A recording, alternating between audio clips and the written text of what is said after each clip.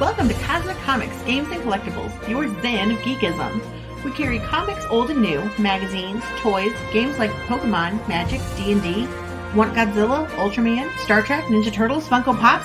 You'll find it all here. Shop our Cosmic Sound Room and pick up a record or two. Enjoy our Comic Coffee Lounge with a cup of Sasquatch coffee while geeking out over a super cool movie on our big screen. Cosmic Comic, Games and Collectibles. Superman loves us, and so will you.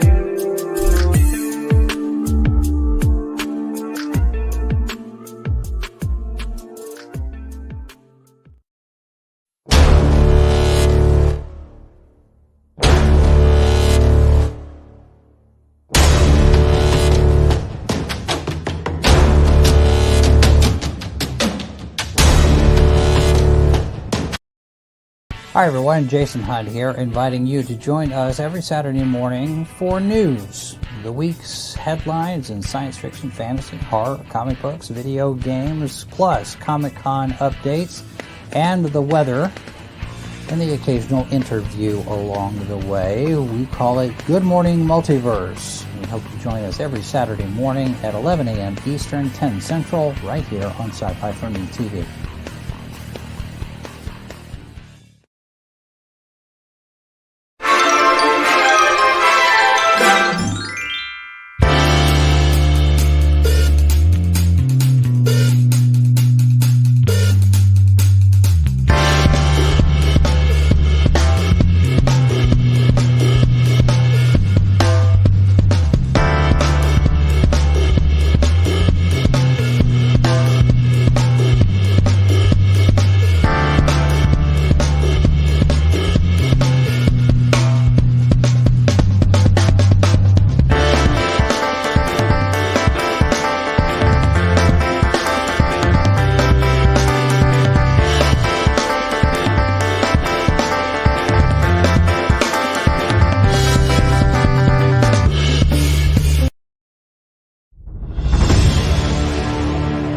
America's southern border has become a war zone. Human traffickers, drug smugglers, and terrorists flow across the Rio Grande with impunity, secure in the knowledge that no one will stop them. A distant federal government lectures Americans on their privilege while punishing overworked Border Patrol agents who were helpless to stem the tidal wave of invaders and determined migrants. Second-generation Cuban-American Marcos Zamora is a military vet, more patriotic than most Americans. No longer able to ignore the chaos at his doorstep, he acts. Joined by his best friend Gus, they hit the border every night, saving lives while stopping violent drug cartels and other opportunists. The government reacts with fury at Marcos' attempts to preserve American sovereignty, deploying the full might of their enforcement agencies. But Marcos understands that the only thing the rich and powerful fear is bad publicity, and he records every encounter. Whoever he is, this private American must be stopped.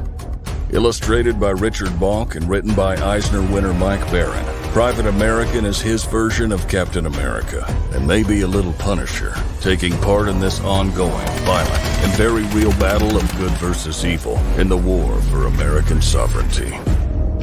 Grab your copy at theprivateamerican.com. We have a secure border, and that is a priority for our administration.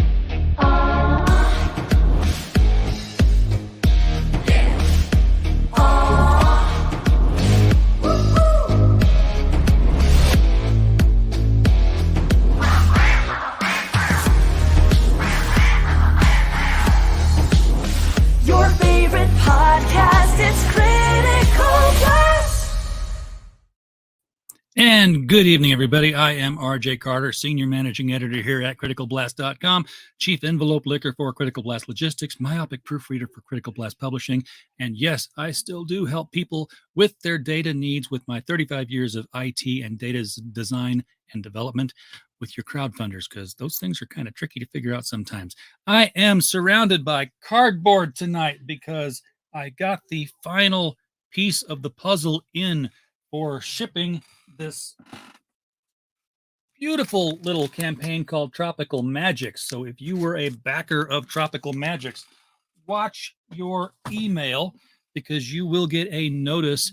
If not tonight, then definitely tomorrow with your tracking number, because I'm going to plow through all of these things tonight, and I'm not resting until the entire campaign is packed, because that's just how we do things here with the logistics business. Tonight, we are going to get into a different aspect of the campaign, and that is on the promotion side of it. So please welcome with me to the show, creator and all-around all-American person, Bill Guerra.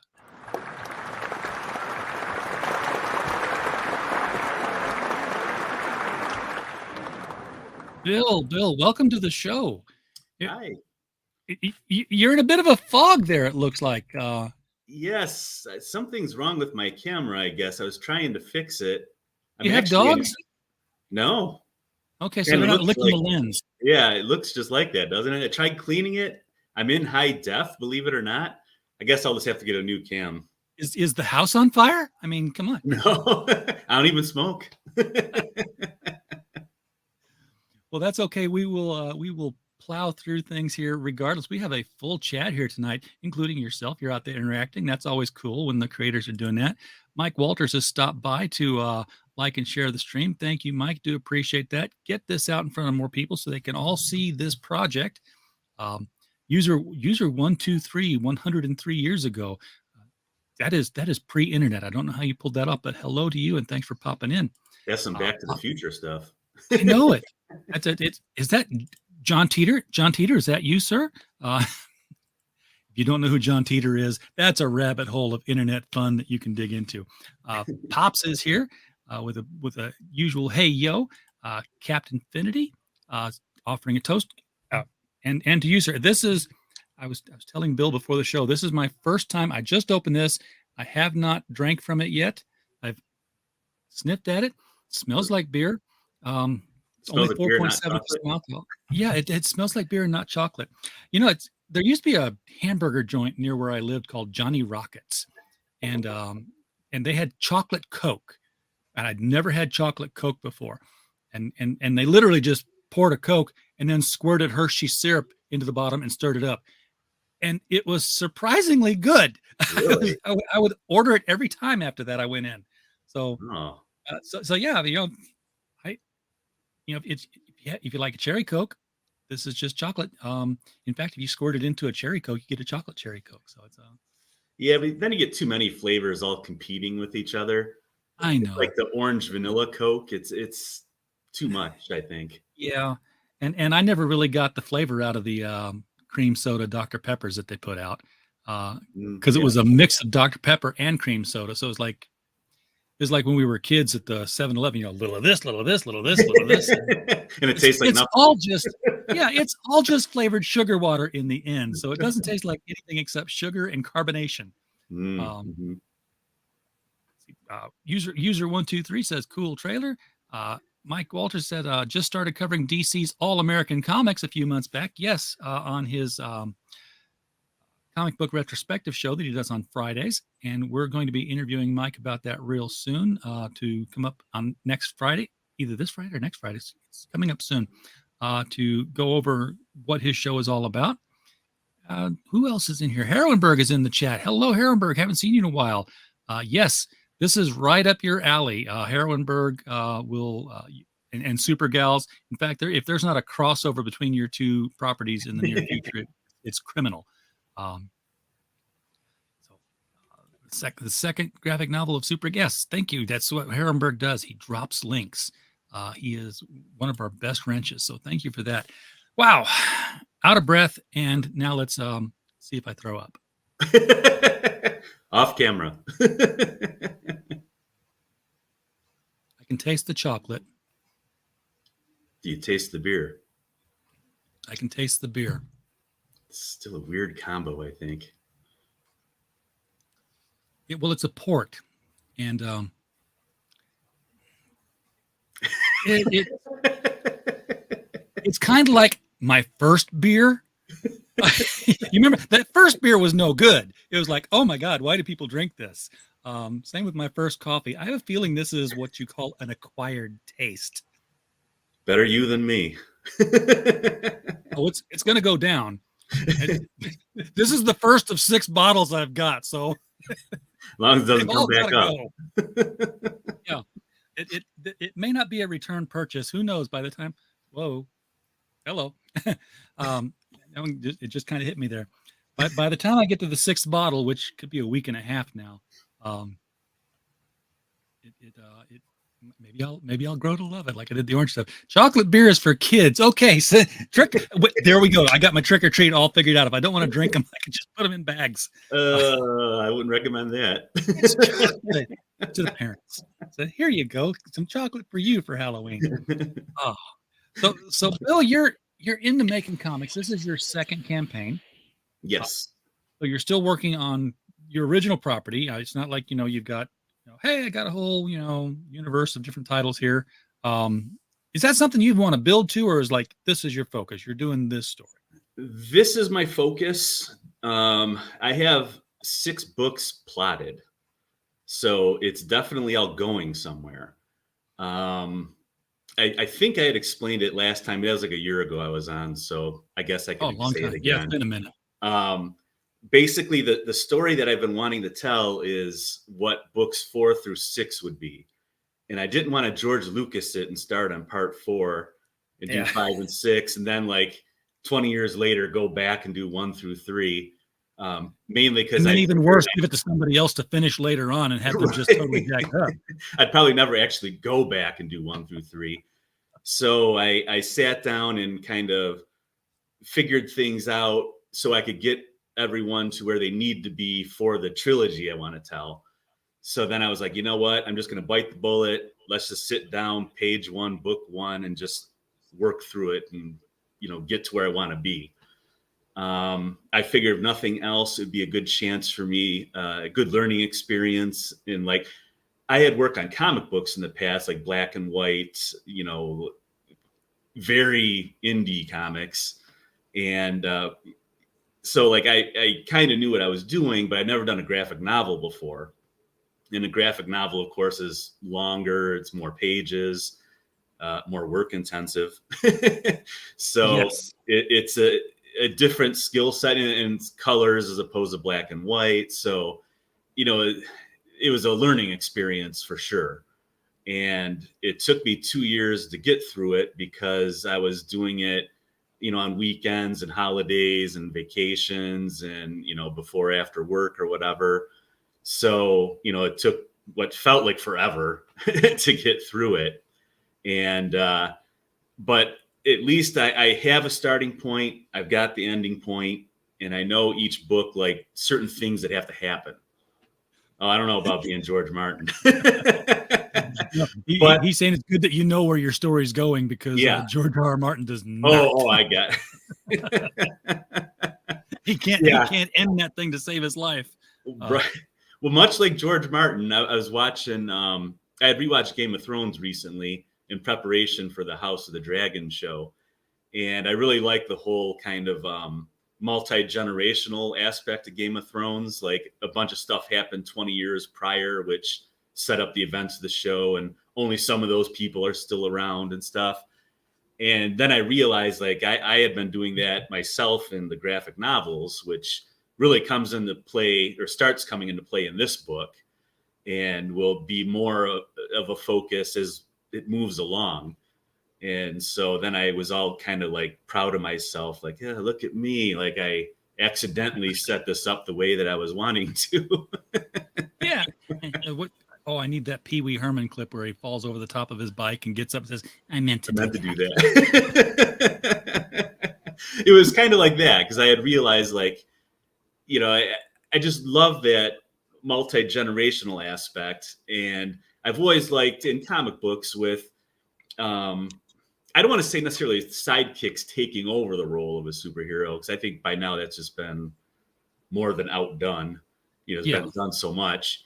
But I always kind of like the aspect of like Batman and a Robin, and like Robin grew up and became Nightwing, and he's a member of the Titans and stuff, and he's doing his own thing. And now there's been like, I don't know, 5 or 6 Robins or whatever, but that's been done to death as well. There's a whole flock I of them. like that idea, like that there's a mentor and mentee and kind of thing, and the young guy gets to grow up and do his own thing, and so I wanted to play around with that a bit, but I also didn't want to necessarily have it be like parent and child, like there could be actual like a generation or two in between characters even.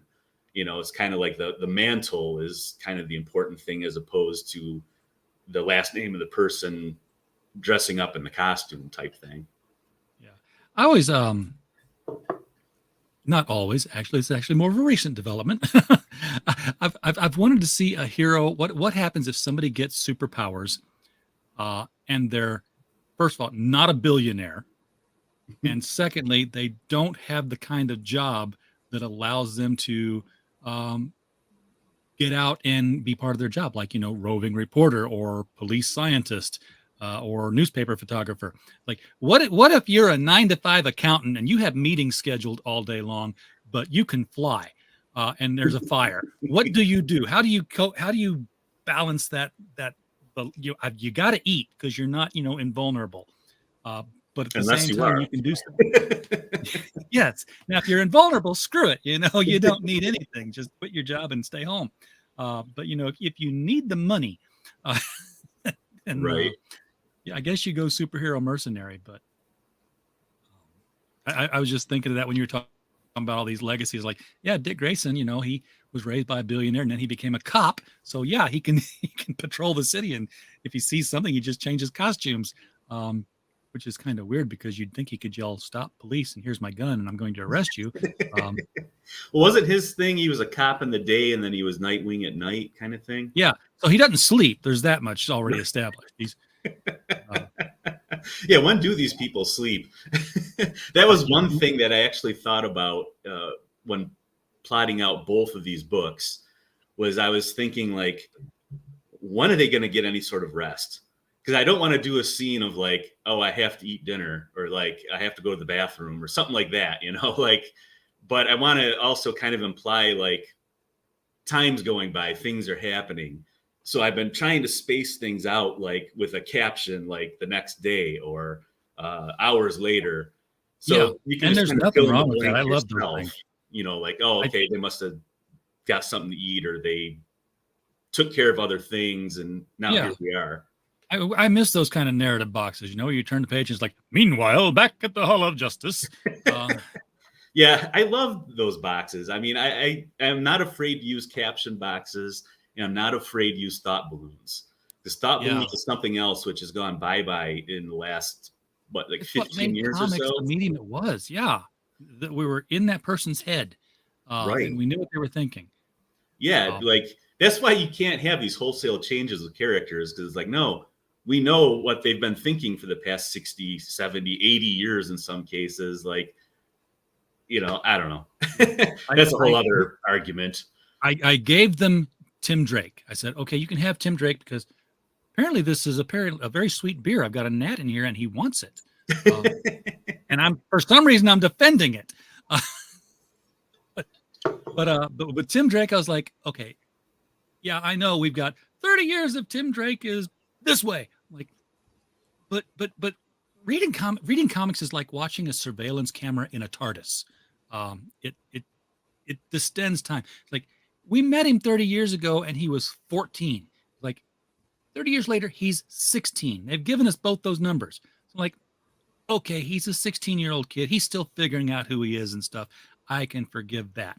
But Batman himself, no, that won't fly. So, just because we spent 30 years with him doesn't mean he spent 30 years with us, if that makes any kind of sense. Well, there's also comic book time, which like, I always like to point out how like Shadowcat from the X-Men. When she first debuted, she was like 13 and a half. She'd always make a point. I'm 13 and a half. Like that was a big deal. I was like 5. So she was like, you know, she could have been like my babysitter or something. But nowadays, here I am in my late 40s, and she's only like in her early 20s. So she's aged a lot better than me in that span. Because I started out younger than Archie, and now I'm a lot older than him, and it doesn't bother me in the slightest that, you know, he's had, you know, 65 senior proms. Right. How many Christmases have been in Marvel Comics? Well, yeah. I mean, they used to do it annually. Bob Rozakis, at the Answer Man guy, used to always, because people would write in and say, how old is Batman? How old is Superman? And his pat answer was always, Batman and Superman are both 29 years old, and they have been active for the past 5 years. And he's like, you know, doesn't matter how many stories, it's this moving 5-year, it's this perpetual 29.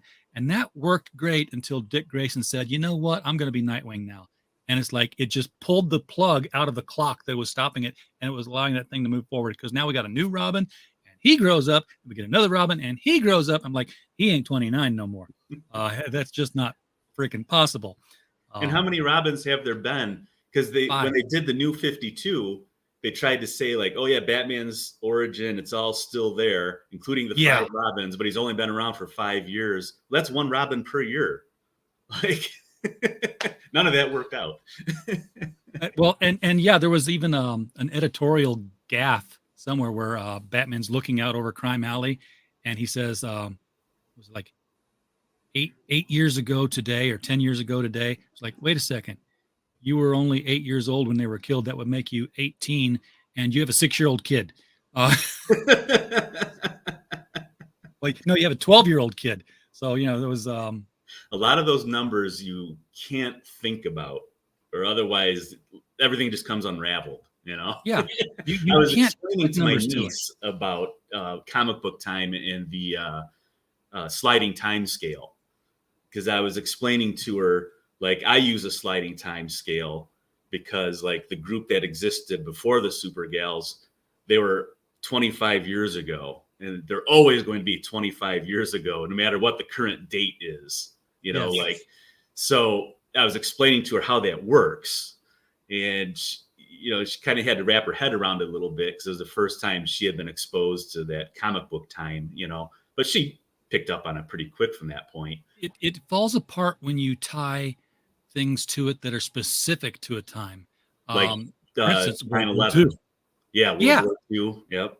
All those heroes in World War II. I mean, that's why the MCU, Captain America, went to what country? I've been told it's Hydraland, you know, because he was there fighting Hydra. It was not the Nazi Germans. It was because it wasn't that time period at all. And I'm like, and we know that it couldn't possibly have been Nazi Germany, because Howard Stark was there, and that's Tony Stark's father, not his grandfather. Like, and he's sending messages to Tony. So Tony was a baby in World War II. Doesn't work. See, that you're right. You can use time periods, such as like World War II, and say Captain America was there because then he was frozen on ice. So then it's just the amount of time he's in ice goes from 20 years to like 70 years. Exactly. Which, you know, you could sleep for 20 years and wake up and still recognize the world. Like, fashions would be different kind of thing, but it would be shocking, but not that shocking. Waking up in 70 years, I mean, your mind's going to be blown, you know, like, think of 70 years ago from now, like, the world's not the same. So, I mean, I guess in that respect, even Captain America, like, it's more of a traumatic event for him the longer he's in ice, because now he's pushing 100 years in the ice, you know? But like stories like 9/11, like when they did that Spider-Man issue, I was like, I hope this is out of continuity, because otherwise this now anchors Spider-Man. Like, he was there on this specific date. Yeah, but and you know what? They can still do that. They can do an in continuity as long as it doesn't serve as the linchpin for an ongoing story. So, you know, I was fighting the Kingpin and he had to go to trial, but the trial was interrupted because of 9/11.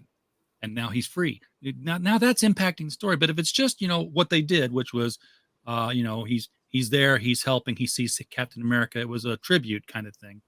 And they can reference what happened. And they can reference what's going to happen or what is happening. But if it doesn't serve as a linchpin, then it can be like a standalone sort of, here's because I've got that book, and the ones I really liked were the two DC ones that they did. No, the two Dark Horses, one DC did a tribute book. That was a cool thing.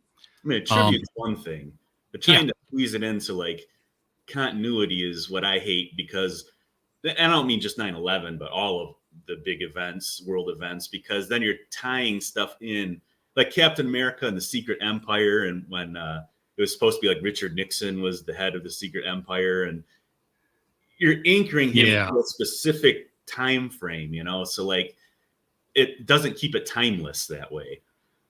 It's better off to use like stuff as inspiration for a story as opposed to trying to tie them into real events.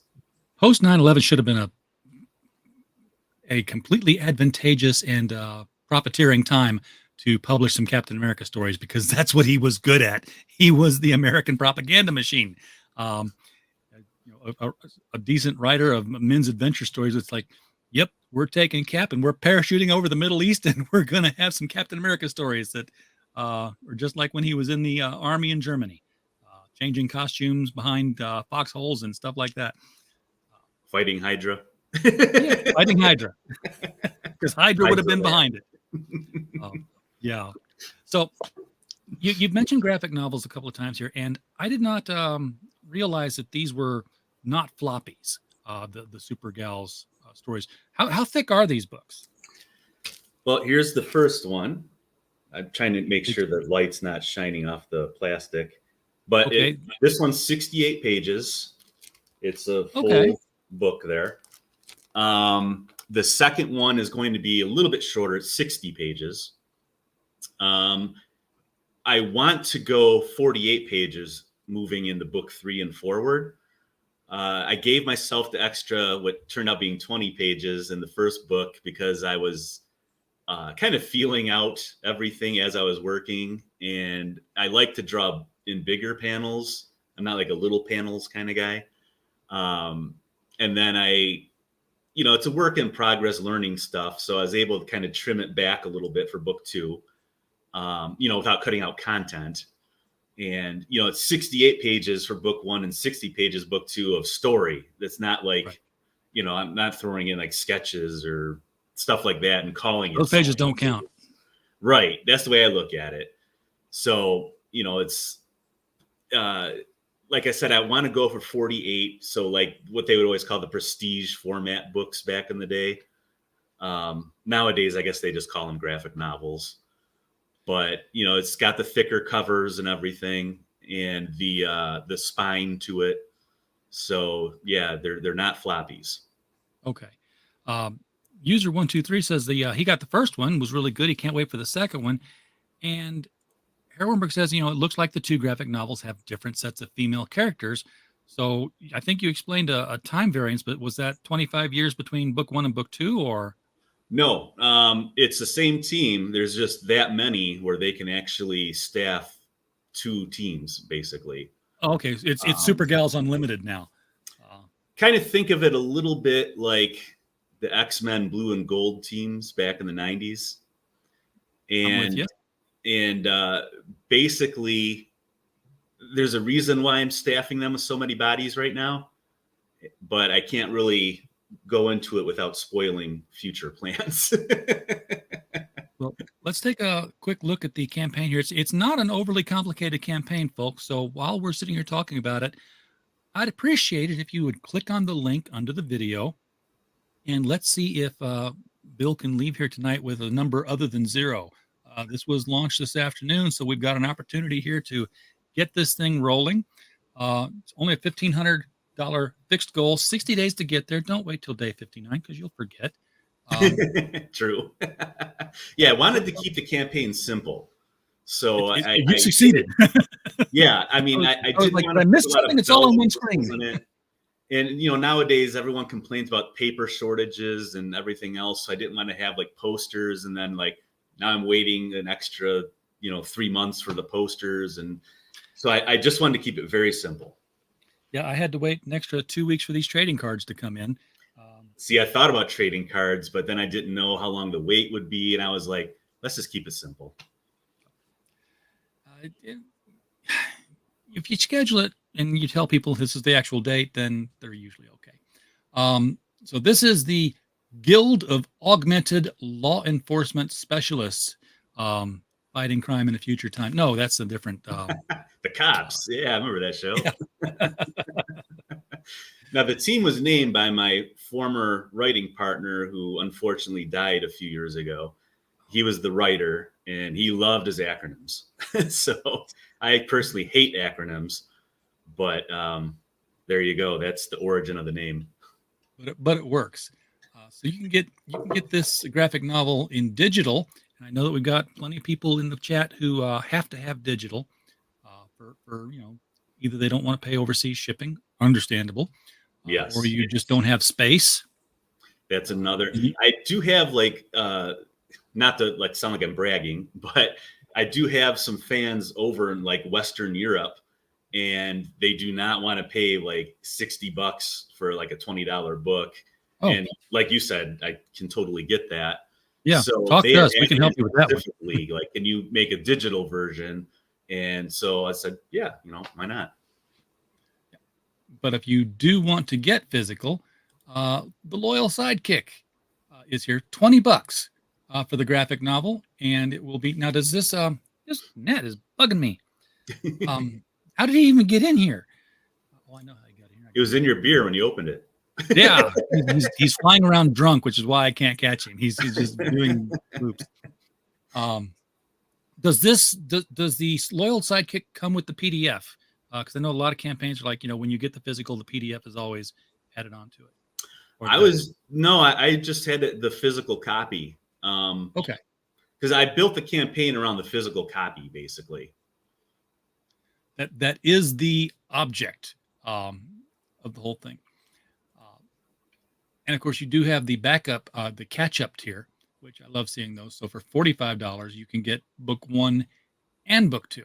So yes, and I would like to point out about book 1, because I still have some left from the first go around.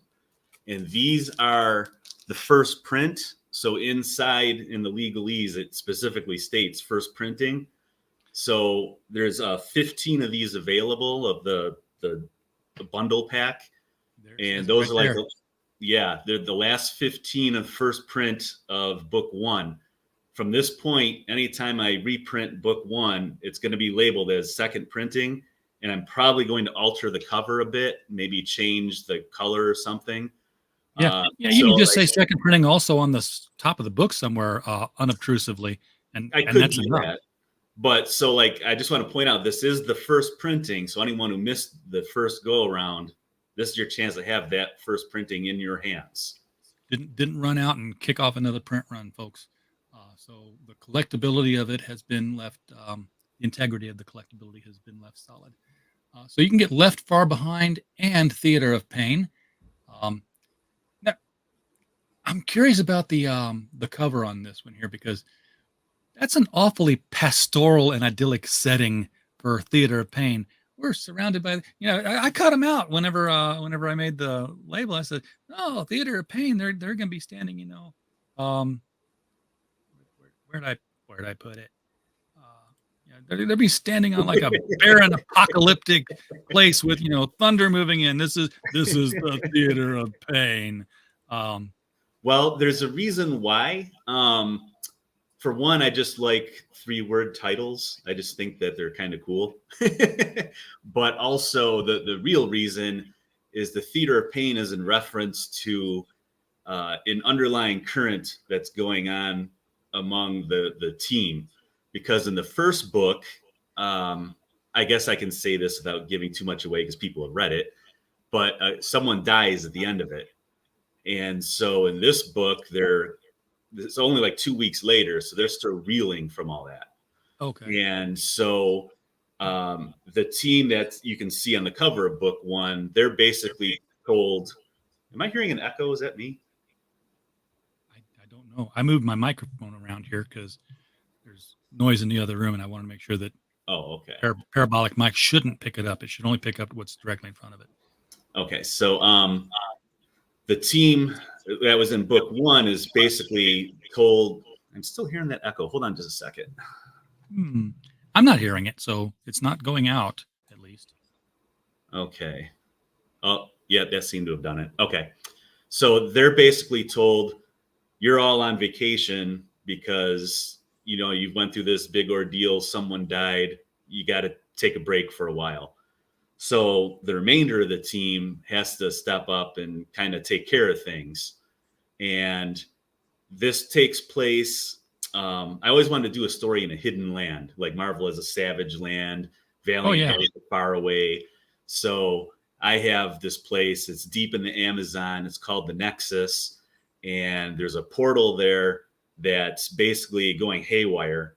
And it's pulling different people and even things from out of different points in time and depositing them into the Nexus.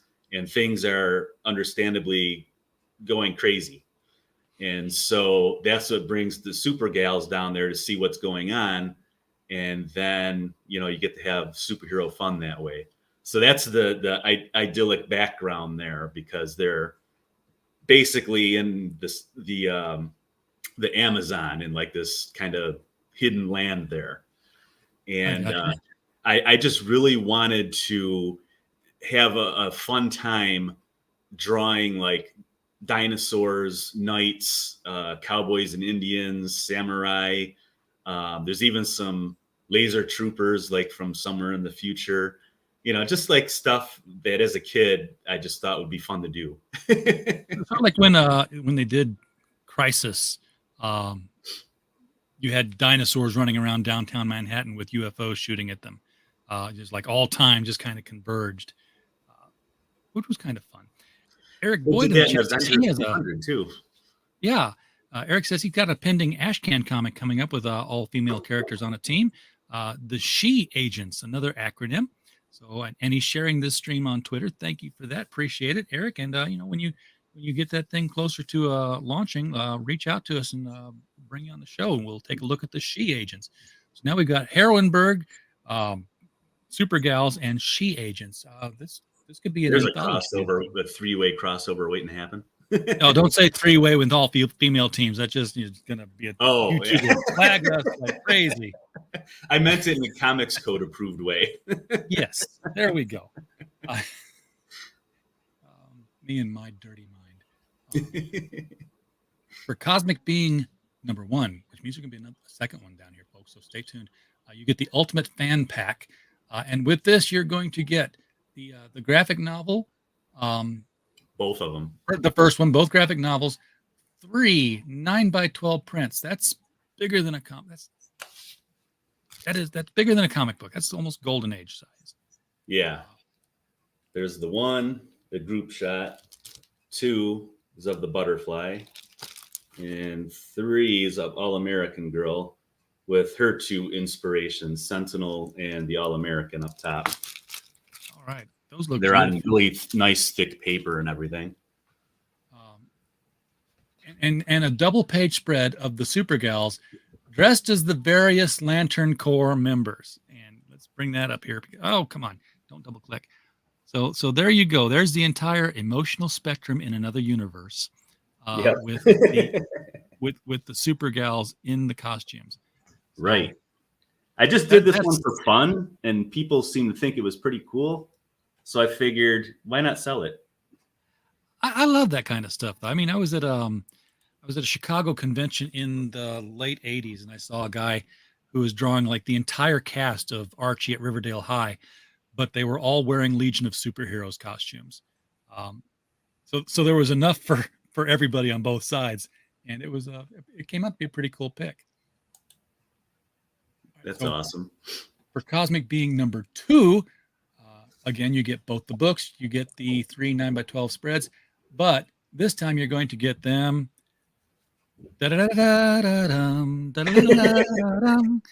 Yeah, this looks familiar. I like that. Dang, Yeah. I don't know which one to pick. I gave them the original X-Men costumes from the 60s, the updated ones from the 90s, and then the New Mutants costumes from the 80s. That is sweet. So now you drew these. Yep. So you do all your own interior artwork Yep. and writing. So this is a one man shop here. Yeah, for better or worse, it's all me. So if you like it, bless your heart. You can give me the credit. If you hate it, then you can blame me because it's just all me. There we go. So yeah, Eric, I agree. We know it's hard to see his camera right now. There's a fog somewhere. There's a fog of war in his cables somewhere. We don't know where it's at. Like the horror movie, The Fog. Yeah, exactly. And we probably talked about this on a year ago or more when you were on here last time. But you are familiar with the. I was asked about that. I read exactly one issue over the course of my life back when I was like, I don't know, 16 or 17 or something. So I know of Femme Force, but like I wasn't like an avid collector or anything like that. Good luck to me trying to name anyone. Didn't they use a couple of like free domain characters like they brought back or something? I don't know myself. Heroinberg would know if they used any public domain characters in Femme Force, because there were certainly some that could be used. I think Masquerade was one that they're still using over at Dynamite. Here we go. Eric says Ms. Victory is a public domain character, so that would have been one of them. Yeah, love public domain characters. I think there's a lot of potential still left in them, especially like you talked about being asleep for 70 years. If you update some of these characters and put them in a modern setting, how would the Shadow operate with the internet? Because remember he had all of his agents communicated with him via vacuum tubes, vacuum tunnel, like you have at your bank drive up. They would put something in there, they would cap it in, and just go all around the city in these hidden little vacuum tubes, and it would drop down into his receptionist's office, and she'd open it up, says, "Oh, Jimmy on 12th Street says that there's a car speeding past," and it was. He should still use the vacuum tubes. He should, because you can't hack it.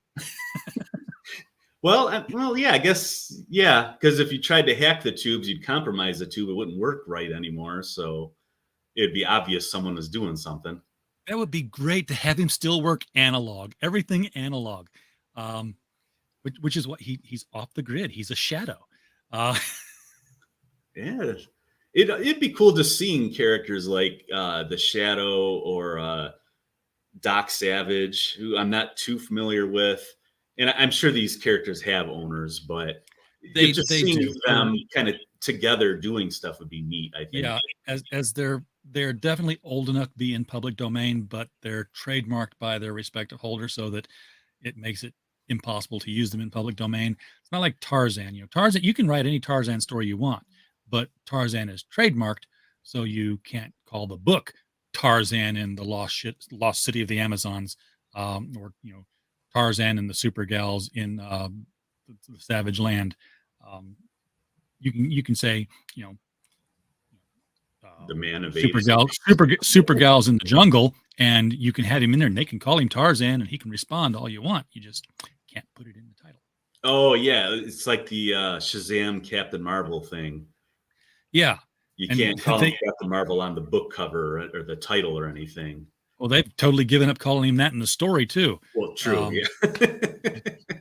And I hate that, because he was always Captain Marvel. The one that always confused me was Captain Marvel Jr., because he turned into Captain Marvel Jr. by saying Captain Marvel, and then it was kaboom, instead of saying Shazam. And I was like, anytime you ask him who he is, he'd be like, I'm Captain Marvel, bam, and there he is. He can't say his own name. Maybe it was intent, though. He just couldn't say his. He couldn't call Captain Marvel, but he could call himself Captain Marvel Jr. Yeah, I'm just guessing. I don't know. I think they actually brought in that whole intent thing in the past couple of years, because Billy Batson said, he said, say my name. What, Shazam? No, like you mean it. Say it with intent. Oh, that would be stupid. I never liked the whole thought of like they renamed him Shazam, but then he says Shazam. They have the lightning hit him and turn into Shazam, because then he can't say his own name. Like, I don't know, it just seemed weird to Yeah, me. exactly. They named him Shazam, and now he can't say his own name, but they changed it so that he has to say it with the intent of changing. Oh, okay. Well, all right. That makes sense then, I guess. In comic book logic. I think it was The Boys, where they went up against a Shazam character, but you didn't see them fight Shazam. You just saw them in the bathroom with a teenage kid, and his mouth was bleeding, and he was going, because they cut his tongue out. Oh, gross. Yeah, well, that's The Boys. I don't watch it. They were. I don't know that they did it in the show. I saw this scene in the comic book. Okay, yeah. Original pages. And I only found that one issue of that. I said, let me try this. I'm like, okay, so that exists.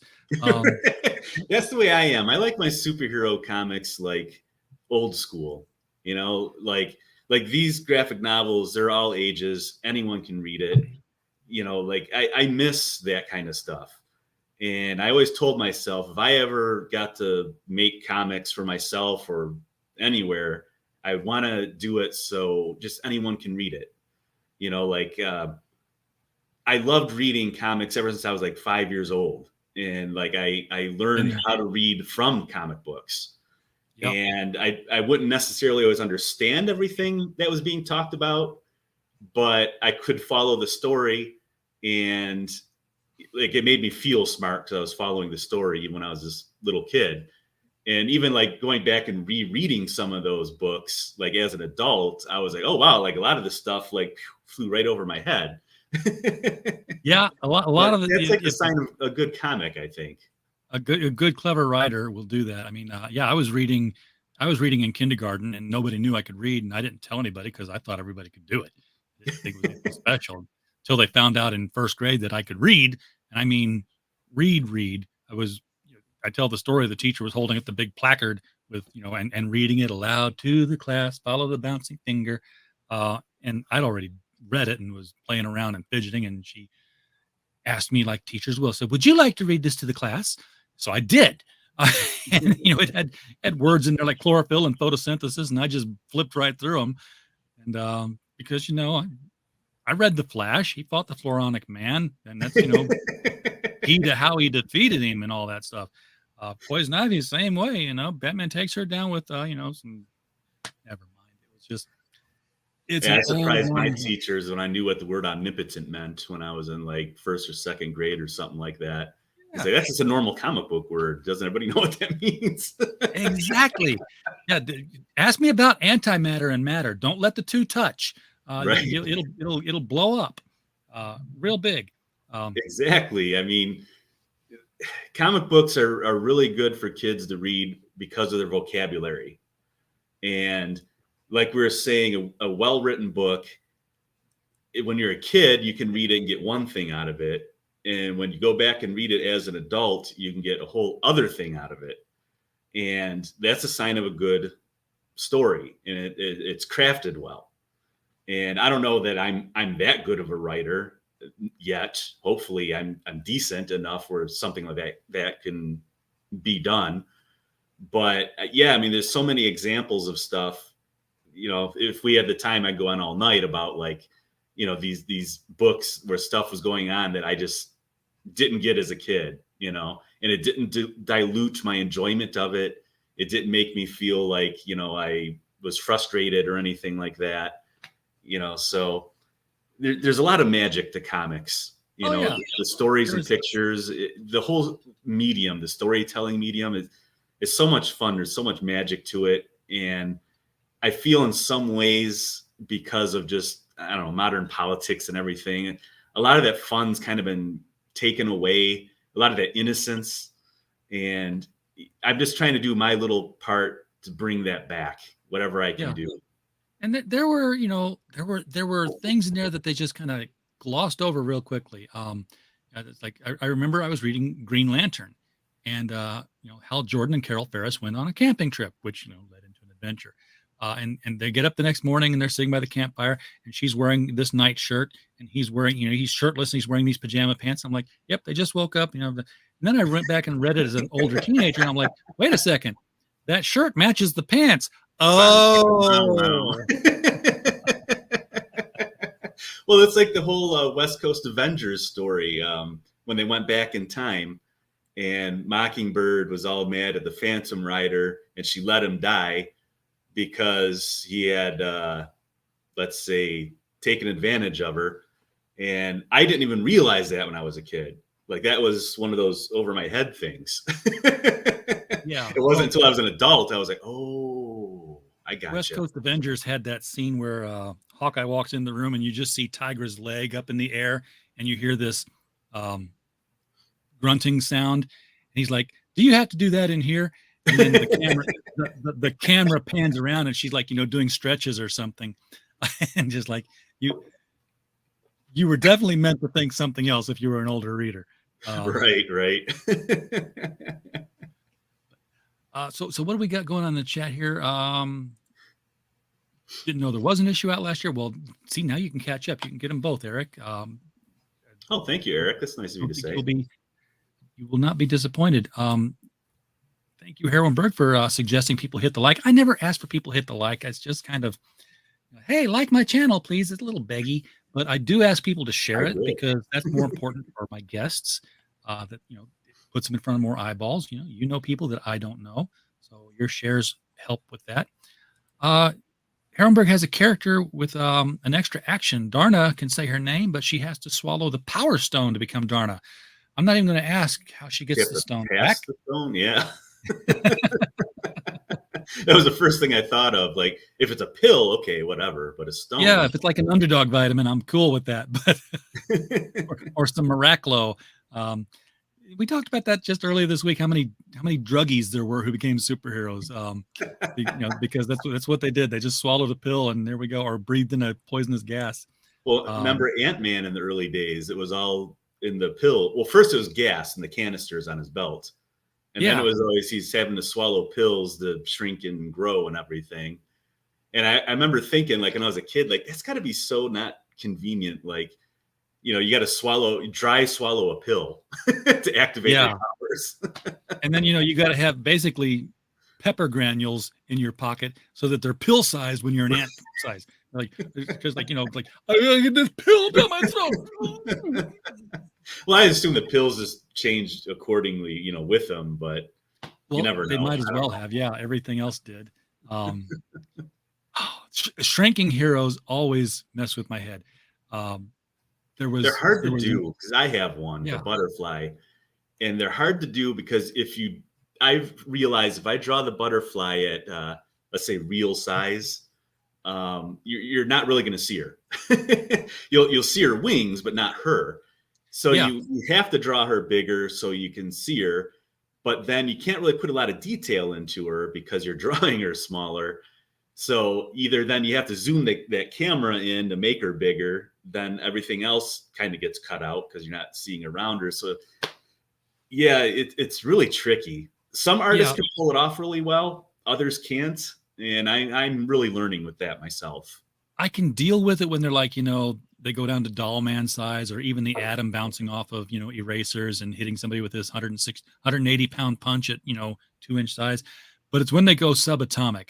The Atom addressed that in an old Justice League adventure when he had the team with them, and they're like running around between molecules, and they're asking like, "Hey, what are we breathing?" He's like, "Do you think that's oxygen you're breathing right now?" I try not to think about it because you're smaller than oxygen molecules. What are you breathing?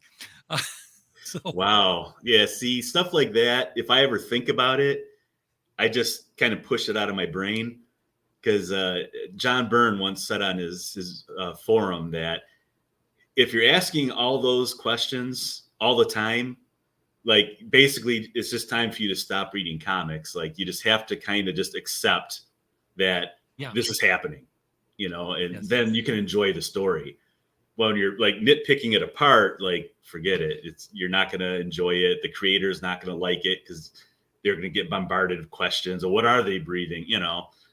So you got to just kind of accept some stuff. Exactly. Mike is heading over to his channel right now because he is going to be doing the mic stand. Monday through Thursday, he does the niche news, everything in manga, comics, and professional wrestling. Friday is, of course, the comic book retrospective we talked about. And Herwenberg said that, not that one, this one down here, Darna's not his character. So I misspoke on that. She's the flagship heroine of Mars Ravello, the Stan Lee of Filipino comics. There's currently a live action TV series that runs 5 times a week. So tune in, same Darna time, same Darna channel every day for that one. Pull that one off. Eric says he's seen some Darna clips on YouTube. Sexy costume, very Wonder Woman-esque. Not a complaint. I completely agree with that. And the original Butterfly, who didn't shrink, was the first black superheroine back around 1972. She's public domain. I didn't know 72.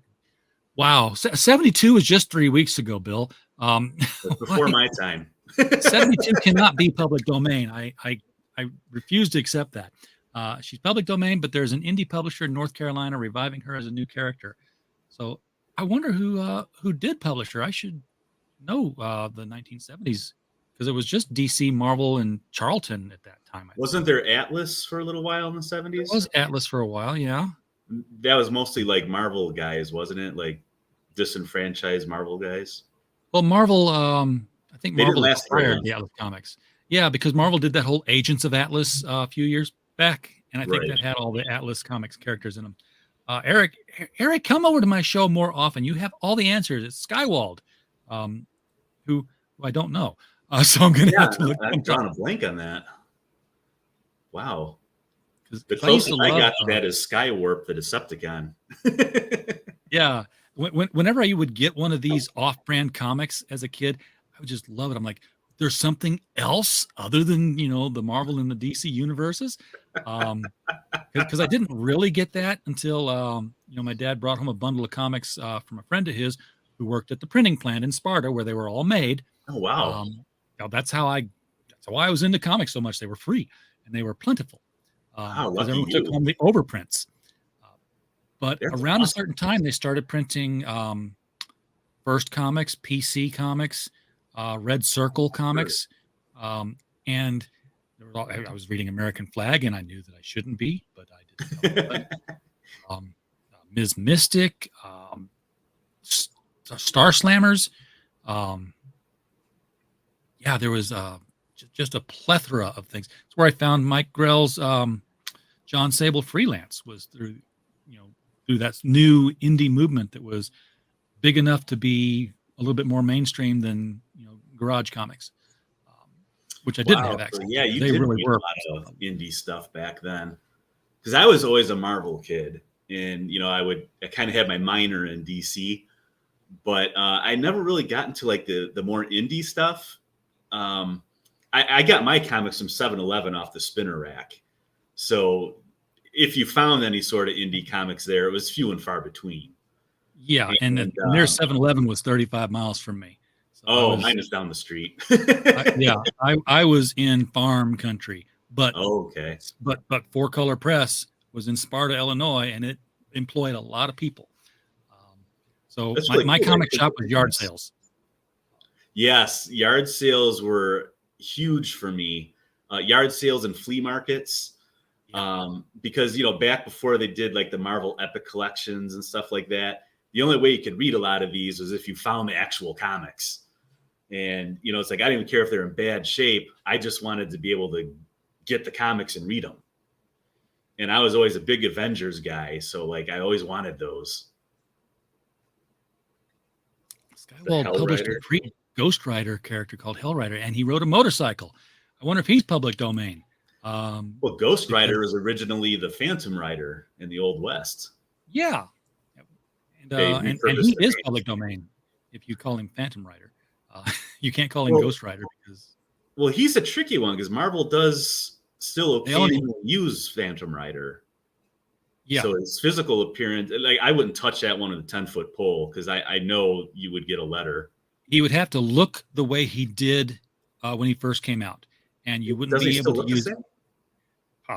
The all white. In that case, that's on Marvel. That's on Marvel if he does. But yeah, I mean, if it's in public domain, even if they're public, there's a website because I'm doing a public domain comic with a bunch of other people in anthology form, and we were all directed, hey, here is the public domain list of characters. And there's a lot of characters on there that are still being published, but because their original stories have become sold, Archie Andrews is in the public domain. Really? So, yeah, hard to believe. But yeah, that's shocking. I figure Archie would have had that locked down like no as one. a trademark, they do. You can't put out an Archie and his friends comic book, right? Because they got the trademark on the title. But if you want to just call it high school funnies, you could draw Archie and his friends as they appeared within the public domain window.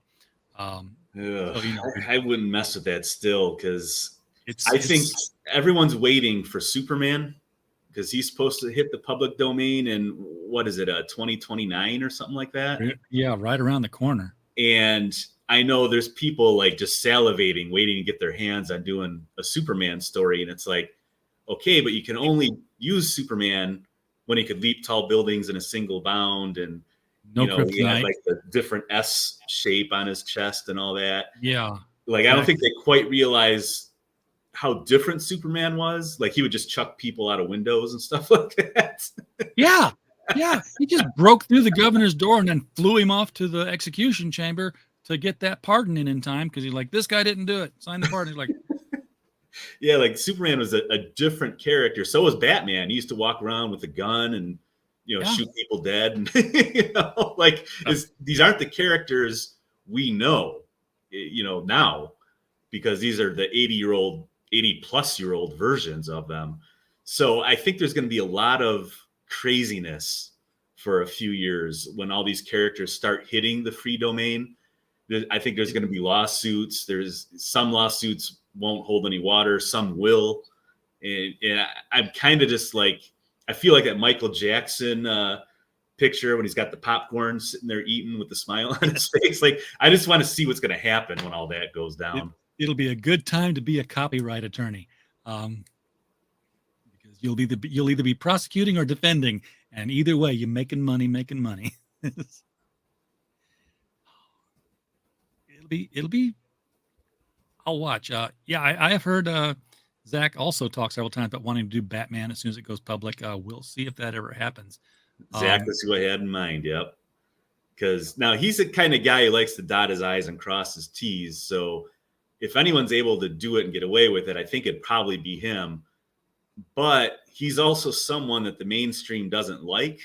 So I'm sure they're going to be watching him like under a microscope. They would pounce immediately if he did anything that stepped out of line. Yes. Even if he doesn't step out of line, he still might get hit by some, cease and desist or something. Yeah. So it's like, you have to stay within the public domain, and you drew his ears just a half inch too tall. They weren't tall until the Marshall Rogers era. I mean, they'll want to mess with them. They'll look at it like, this is our chance. This is our excuse. And, so I wish him luck because I would like to see him do something like that. But I also would advise him, like, dude, don't just probably not going to be worth it. Captain Finney says he only wants to write characters he created, and there is it's so a lot much more fun. Liberty and freedom in there. It's fun too because you feel like in some ways I let these characters write themselves. Like you breathe a certain amount of life into them, and then you can kind of sit back in a way. You just kind of like, I'm going to put them in this situation. Then what happens? And because you know how they'll react or how they should yes react. And no. I mean, like you have a general idea. This is how she would act. That's what she would say. But then also you think like, you know what? I think this would happen. Like it wasn't exactly what I was thinking, but it does make sense.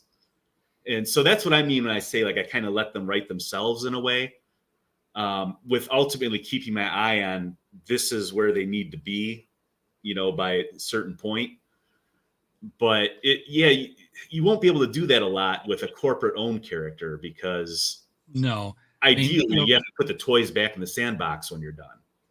Yeah. Public domain characters is in a way, it's sort of like fan fiction with legitimization behind it. And everybody wants to do the Black Terror.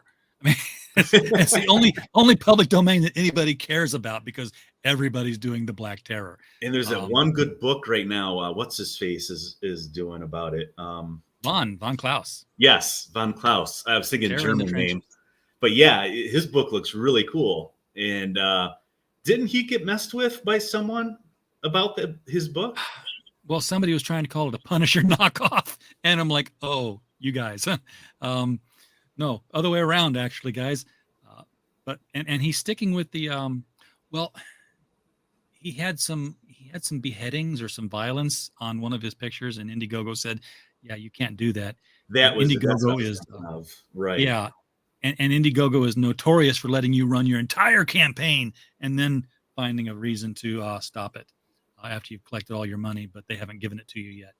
So then you've got to go in and edit the campaign that nobody's looking at anymore. Picture off so that they'll give you your money.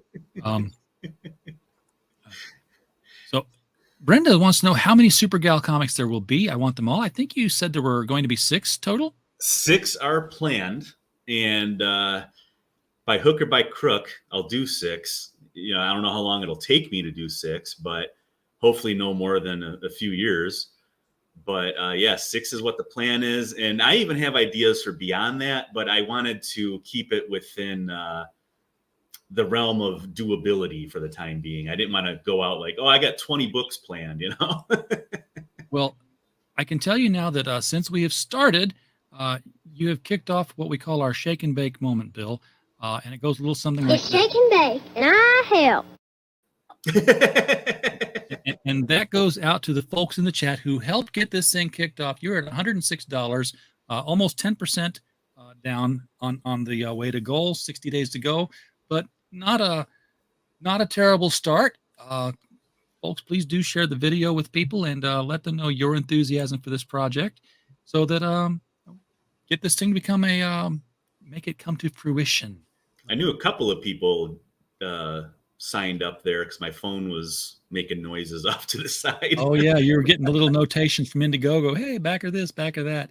Yeah, let me just say thank you to those who have signed up here or who bought the book. I don't know which tiers or whatever off the top of my head, but thank you. And I don't think I mentioned this earlier, but I'm planning on this going out in March because I'm running it for 60 days, which takes us into December.